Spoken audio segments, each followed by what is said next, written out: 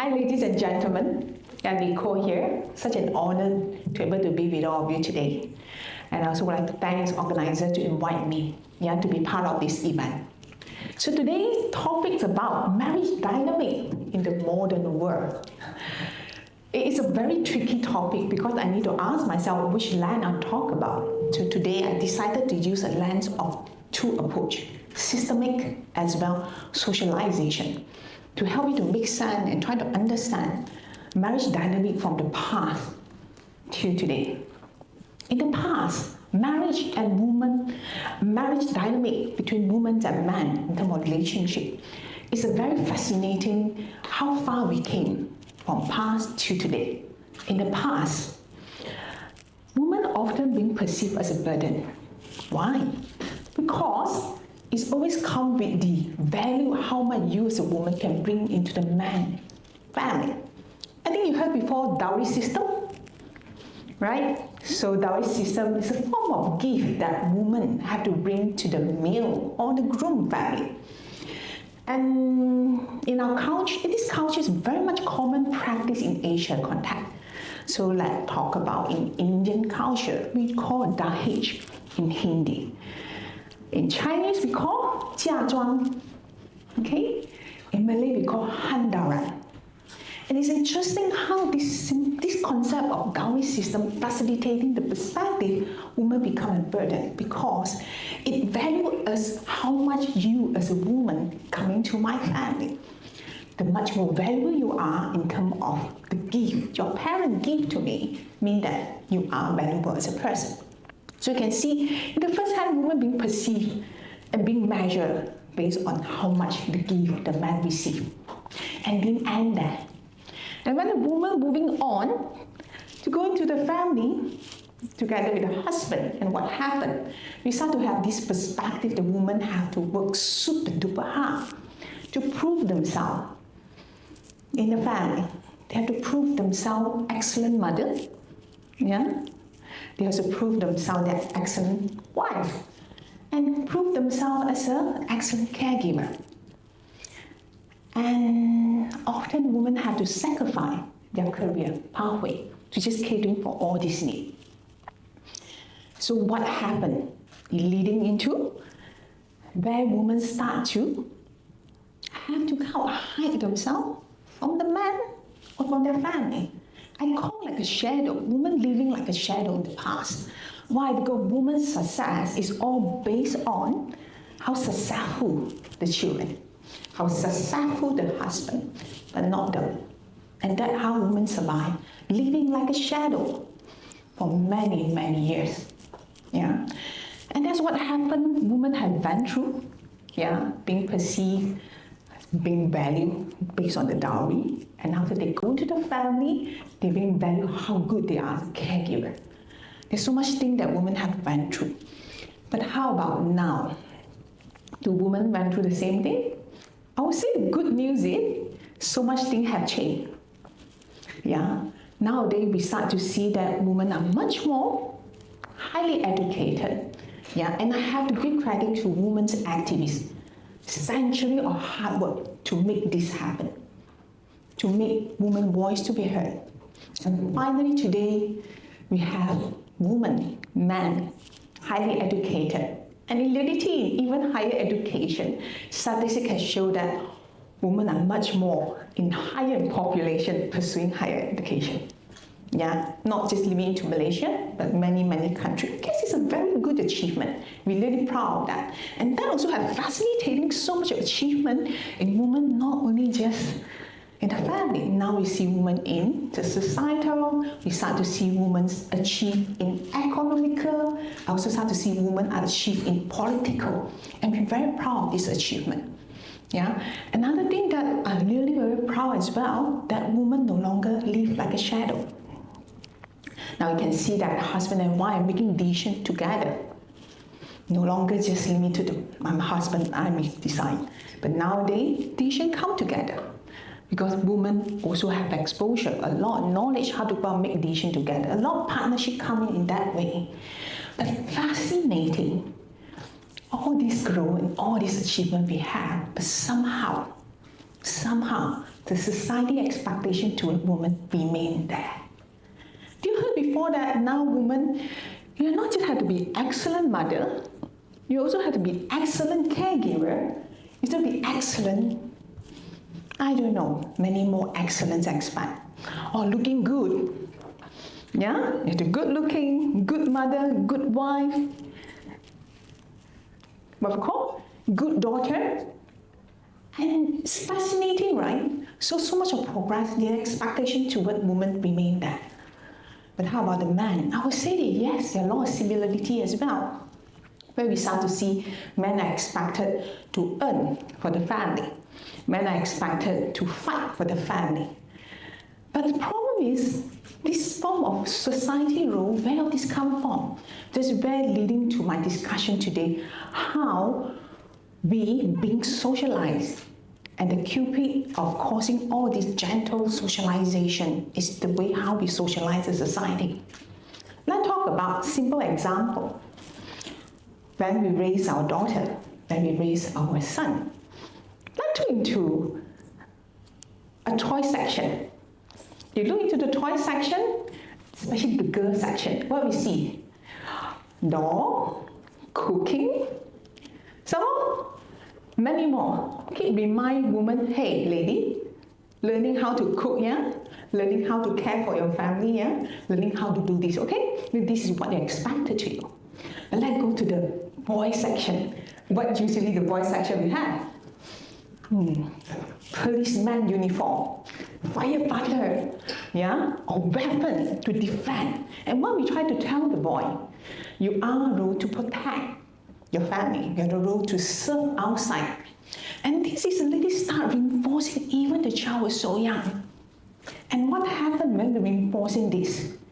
So we're reinforcing to the woman, you are born to just taking care of caregiving role. Boy, you are just born to become a protector for the family. Earn money for your family. That's what's expected. And what happened lead to the dynamic of relationship today. For me, as a family therapist, I want to share with all of you some of the experiences I had as a family therapist or couple therapist. I have to be very honest with you, I felt really sad. So when I have women, sharing with me, I can't trust my husband. Why? He never there for me to hold the space for me. How you expect me to trust him to able to hold space for our kid? Never, ever. I don't think so. And this is literally some of the story that I hear. And also hear man. You know what the man say to me? Nicole, it's not I don't want to hold the space for my wife. It's not about I don't hold the space for my kid. I don't know how. The moment I felt they are in pain, I only feel the shame. I'm protected for this family. But what made me cause so much pain to them? Why? I don't want to know. It scared me to know. So such that I decided not to know. I decided to withdraw myself. But it's very common that how men see themselves. And it's frustrating because we know to make a marriage work, we need each other. And we know that society already has an expectation where women, you have to be perfect in everything. And women do have high standard. It's set by the society because they have no choice. Because society telling them. So such sometimes come to marriage dynamic, I will have women say, he just go out and earn money, and then he come home, he don't do anything, I have to do everything, right? It's burning out, and I agree with you, a lot of mother burning out.